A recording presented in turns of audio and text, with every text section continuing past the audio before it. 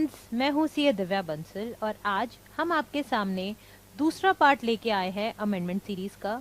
यानी जो भी चेंजेस हुए हैं जीएसटी एक्ट में, उन्हीं चेंजेस के पार्ट 2 को आज हम डिस्कस करेंगे। इससे पहले दोस्तों, अगर अभी तक आपने मेरे चैनल को सब्सक्राइब नहीं किया है तो प्लीज आप इस चैनल को सब्सक्राइब कीजिए, साथ ही बने बेल बटन पे क्लिक कीजिए ताकि आपको जैसे ही वीडियो अपलोड हो आपको नोटिफिकेशन आ जाए। इसके साथ ही आप मुझे फेसबुक, ट्विटर और लिंक्डइन पर भी फॉलो कर सकते हैं, जहां पे आपको रेगुलर जीएसटी अपडेट्स मिलते रहेंगे। अब आते हैं हम अमेंडमेंट एक्ट को डिस्कस करने पे। पहला पार्ट उम्मीद करती हूँ कि आपने देखा होगा, उसी की कंटिन्यूएशन में आगे बढ़ते हुए हम डिस्कस करते हैं रजिस्ट्रेशन प्रोविजंस को। पहला चेंज आया है सेक्शन नंबर 22 में।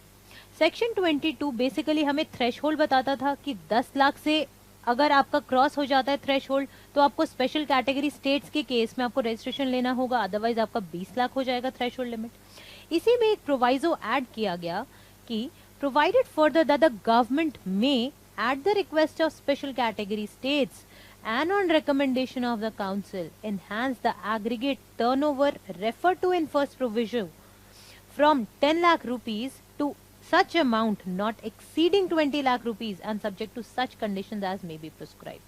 अब स्पेशल कैटेगरी स्टेट्स अगर आप देखते हो, कॉन्स्टिट्यूशन ने 11 स्टेट्स हैं जो स्पेसिफिकली स्पेशल कैटेगरी स्टेट्स में डाली हैं।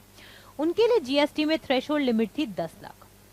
बट क्योंकि इन स्टेट्स को प्रॉब्लम आ रही थी तो इन्होंने रिकमेंडेशन की काउंसिल से, और काउंसिल ने अकॉर्डिंगली एक्ट को अमेंड किया और कहा कि अगर आपको कोई भी किसी भी तरह की प्रॉब्लम फेस होती है इस रिगार्ड में तो आप हमें रिक्वेस्ट कीजिए, और अगर रिक्वेस्ट वैलिड लगी तो आपका थ्रेशहोल्ड 10 लाख से बढ़ाकर, लेकिन 20 लाख से तो इन एनी केस कम ही रहेगा, 10 से 20 लाख की रेंज में कर दिया जाएगा। जैसे कि बताया गया है, कॉन्स्टिट्यूशन में तो 11 स्टेट्स हैं जिनको स्पेशल कैटेगरी स्टेट्स माना गया है, पर पर्टिकुलरली इस सेक्शन के लिए हमारी कुछ स्टेट्स उन 11 में से एक्सक्लूड कर दी गई है। यानी अगर हम देखते हैं तो मणिपुर, मिजोरम, नागालैंड और त्रिपुरा, यही 4 स्टेट्स है जो स्पेशल कैटेगरी स्टेट्स की तरह ट्रीट होंगी as per section number 22।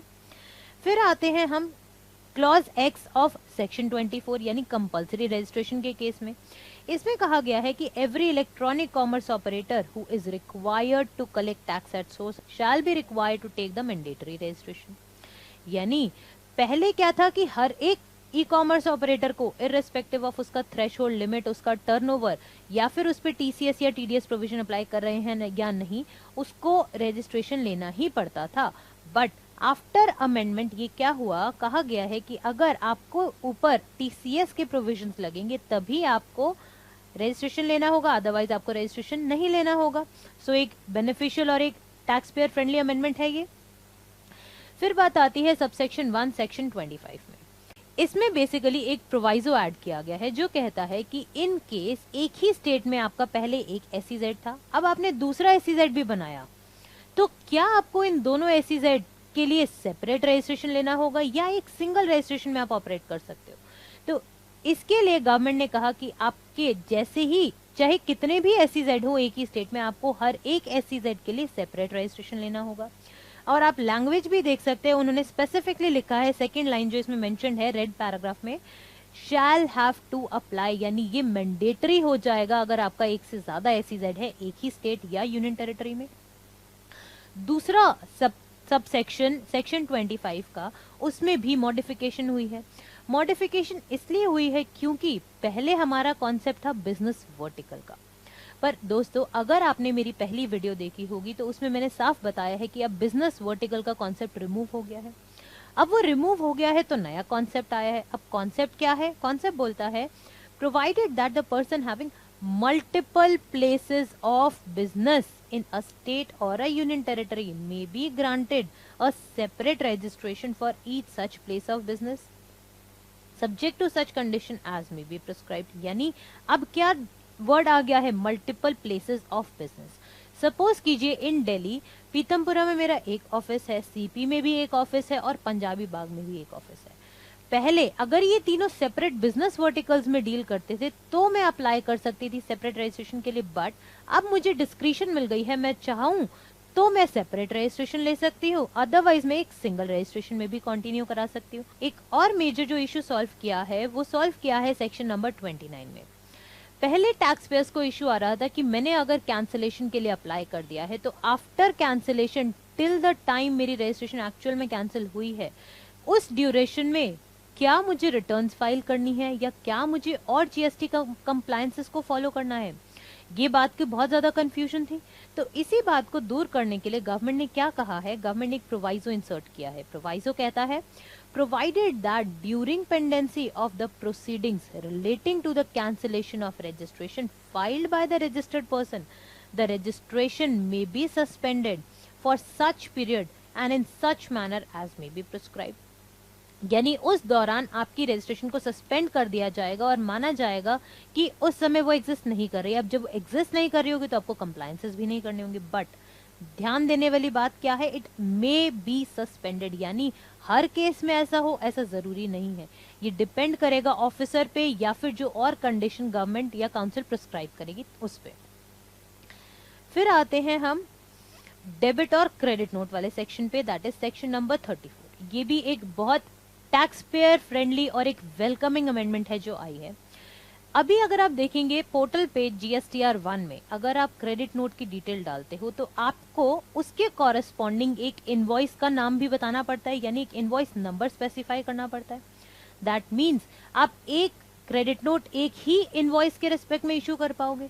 But industry में प्रॉब्लम क्या आ रही थी कि हम कई बार ऐसा करते हैं कि बहुत सारे टैक्स इनवॉइस के रिस्पेक्ट में सिर्फ एक ही क्रेडिट नोट इशू कर देते हैं या डेबिट नोट इशू कर देते हैं।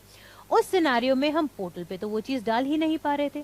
तो इसी चीज को ईज आउट करने के लिए, इसी चीज को रिलैक्स करने के लिए गवर्नमेंट ने इस सेक्शन में चेंज किया है। चेंज क्या है एक बार उसको देखते हैं।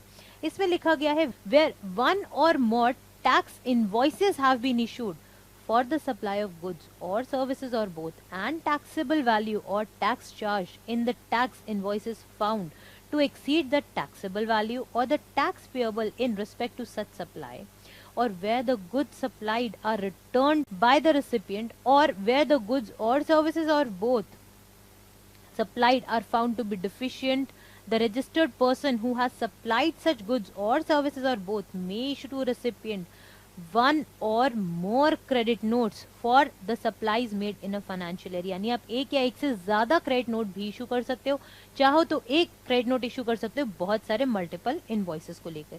सिमिलर अमेंडमेंट हमारे डेबिट नोट्स को लेकर आई हुई है और इसी के रिस्पेक्ट में आप इमेज भी देख सकते हो कि किस तरह से पहले एक क्रेडिट नोट या डेबिट नोट एक इनवॉइस के अगेंस्ट में इशू होता था, बट अब आप एक क्रेडिट नोट मल्टीपल इनवॉइस के रिस्पेक्ट में भी इशू कर सकते हो। फिर आते हैं नेक्स्ट अमेंडमेंट पे जो कि है जीएसटी प्रैक्टिशनर को लेके, यानी सेक्शन नंबर 48 में। पहले जीएसटी प्रैक्टिशनर का स्कोप बहुत कम था, यानी उनको सिर्फ रिटर्न फाइलिंग तक का ही ऑप्शन दिया गया था। बट अब एक फ्रेज ऐड हुआ है इसमें, that is and to perform such other functions, यानी अब उनका स्कोप को वाइड कर दिया गया है। अब वाइड कैसे हो सकता है, मे बी अब वो रिफंड क्लेम भी फाइल कर सकते हैं, मे बी वो कैंसिलेशन के लिए भी अप्लाई कर सकते हैं एक्सेट्रा, और जो भी और आगे प्रिस्क्राइब किए जाएंगे फंक्शंस वो सभी फंक्शंस कर पाएंगे अब जीएसटी प्रैक्टिशनर्स। अब अगला जो मेजर चेंज है वो सेक्शन नंबर 49 में आता है। 49 है कि किस तरह से अगर आपके पास इनपुट टैक्स क्रेडिट रखा हुआ है आप उसको कैसे एडजस्ट करोगे अगेंस्ट वेरियस लायबिलिटीज। इसमें हम पहले देखेंगे सबसेक्शन 5।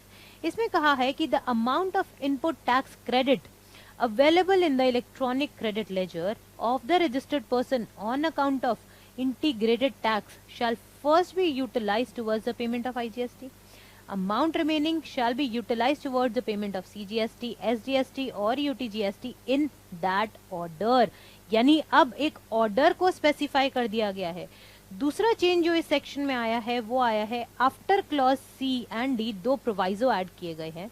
प्रोवाइजो क्या कहते हैं कि provided that the ITC on account of state tax shall be utilised towards the payment of IGST only when the balance of ITC on account of CGST is not available for the payment of IGST। अब इसी को एक बार diagrammatic उससे समझते हैं।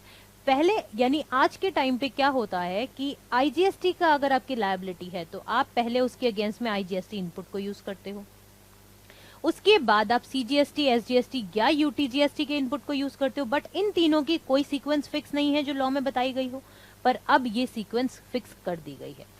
Sequence क्या fix हुई है कि अगर आईजीएसटी की आपकी लायबिलिटी है तो पहले आप आईजीएसटी के इनपुट से सेट ऑफ करोगे, फिर आप सीजीएसटी के इनपुट से सेट करोगे, फिर आप एसजीएसटी या यूटीजीएसटी के इनपुट से सेट करोगे, प्रोवाइडेड कि आपका सीजीएसटी का इनपुट पूरा एग्जॉस्ट हो गया हो।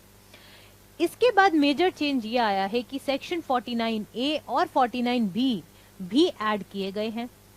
अब इनमें क्या लिखा गया है? 49A बोलता है कि notwithstanding anything contained in section 49, the input tax credit on account of central tax, state tax और union territory tax shall be utilised towards the payment of the IGST, CGST, SGST, UTGST as the case may be. Only after the ITC it has been available on account of integrated tax has been firstly been utilized fully towards such payment. इसको आराम से समझते हैं diagram के through. पहले हम IGST के liability को सेट ऑफ करते थे आईजीएसटी के क्रेडिट से या सीजीएसटी, एसजीएसटी और यूटीजीएसटी के क्रेडिट से। सिमिलरली सीजीएसटी की लायबिलिटी को सेट ऑफ करते थे सीजीएसटी के इनपुट से या फिर आईजीएसटी के इनपुट से, और ऐसे ही एसजीएसटी के केस में होता था। बट अमेंडमेंट के बाद क्या हुआ है कि आईजीएसटी का अगर आउटपुट है तो आप पहले आईजीएसटी का इनपुट यूज करोगे, फिर सीजीएसटी का यूज करोगे, फिर एसजीएसटी या यूटीजीएसटी का। सिमिलरली अब सीजीएसटी में पहले आप आईजीएसटी को यूज करोगे और फिर आप सीजीएसटी का क्रेडिट यूज करोगे। इसी तरह से ही एसजीएसटी और यूटीजीएसटी में। तो ये एक मेजर पॉइंट है डिफरेंस का, यानी अब आपकी यूटिलाइजेशन में डिफरेंस आ जाएगा कि किस तरह से आप इनपुट को यूटिलाइज कर रहे हो अपने आउटपुट को पे करने के लिए। अब आते हैं हम रिफंड में जो अमेंडमेंट हुई है उसको लेकर डिस्कशन करते हैं। सेक्शन 54 में सबसेक्शन 8 में ये कहा गया है कि refund of taxes paid on export of goods और सर्विसेज और बोथ और ऑन इनपुट्स और input services used in making such exports. पहले वर्ड था जीरो रेटेड सप्लाईज, अब हो गया है ओनली एक्सपोर्ट्स। यानी अब आपके इस रिफंड के दायरे से एसईजेड को बाहर निकाल दिया गया है।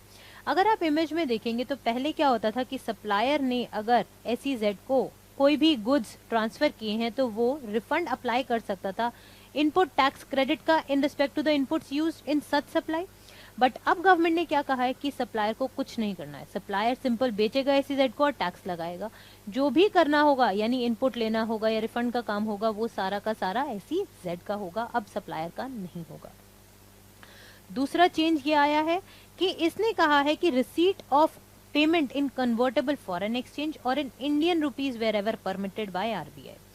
ये जो चेंज है ये बेसिकली फ्लो किया है मेरी डेफिनेशन में जो चेंज आया था एक्सपोर्ट ऑफ सर्विसेज की। एक्सपोर्ट ऑफ सर्विसेज में जो आईजीएसटी में डिफाइंड है उसमें लिखा गया था कि एक मैंडेटरी कंडीशन क्या है कि आपको कन्वर्टेबल फॉरेन एक्सचेंज में अमाउंट रिसीव होना चाहिए। बट अगर आप एक्सपोर्ट करते हो से नेपाल, भूटान या पाकिस्तान एक्सेट्रा को, वहां तो आईएनआर में आपको रिसीव होती है कई बारी करेंसी।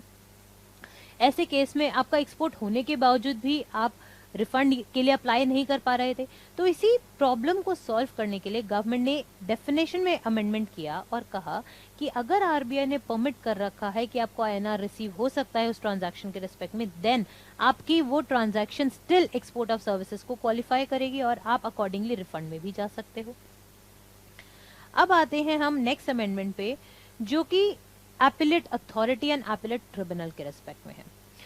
कोई भी अगर आप पे डिमांड आती है और आप आगे उसको चैलेंज करते हो तो आपको डिस्प्यूटेड अमाउंट का पहले सिर्फ 10% सबमिट कराना होता था इन एपिलेट अथॉरिटी, बट इसमें एक अपर कैप दे दी गई है यानी 25 करोड़ और 10% which ever is lower. Similarly appellate tribunal में भी यही कहा गया है 20% ऑफ द डिस्प्यूटेड टैक्स और 50 crore whichever is lower. Next major change जो आया है वो आया है जॉब वर्क प्रोविजंस में।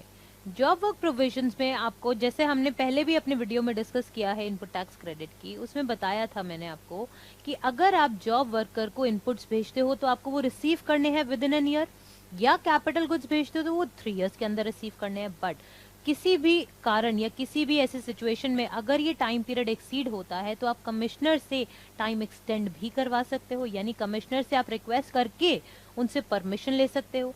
अब परमिशन में कितना टाइम एक्सटेंड होगा ये इस अमेंडमेंट के थ्रू ऐड हुआ है। यानी अब क्लॉज जो ऐड हुआ है, जो प्रोवाइजो ऐड हुआ है वो कहता है कि provided further that the period of 1 year or 3 years on sufficient cause being shown be extended by the commissioner for a further period not exceeding 1 year or 2 years respectively. That means inputs अब maximum आप 2 साल के अंदर receive कर सकते हो और capital good maximum आप 5 साल के अंदर रिसीव कर सकते हो, राइट। तो ये भी एक टैक्स पेयर फ्रेंडली और एक वेलकमिंग अमेंडमेंट है। अब दोस्तों जो मेजर चेंज आया है वो आया है शेड्यूल 3 में। शेड्यूल 3 में 2 एंट्रीज ऐड करी गई हैं, यानी एंट्री 7 और एंट्री 8।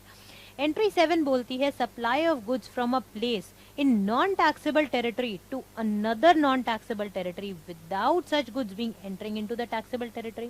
यानी अगर आपने अमेरिका से गुड्स लेके चाइना भिजवाए हैं, यानी अब इंडिया में तो कोई इसका रोल नहीं है, जब इंडिया में रोल नहीं है तो जीएसटी भी लगेगा नहीं, क्योंकि वो सप्लाई की परव्यू से ही बाहर हो गया।